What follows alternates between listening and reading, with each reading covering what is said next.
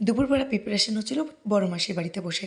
চাটনি মানে ফ্রুট চাটনি ছিল, chicken biryani, chicken কষা, পাঁপড়, মিষ্টি।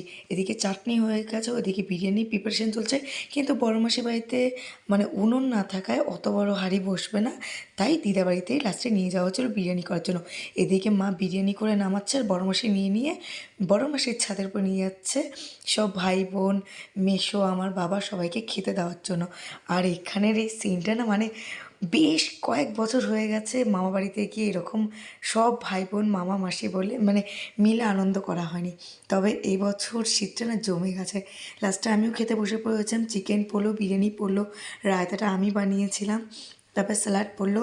তবে ভালোবাসা, তার উপরে এত ভালো বিরিয়ানি, সমস্ত কিছু খেয়ে না লাস্টে চাটনি, পাঁপড়, মিষ্টি আর কিছু খাওয়া হয়নি। তবে সত্যি অনেক বছর পর এরকমভাবে জমিয়ে দুপুরের লাঞ্চটা কমপ্লিট করেছি সত্যি।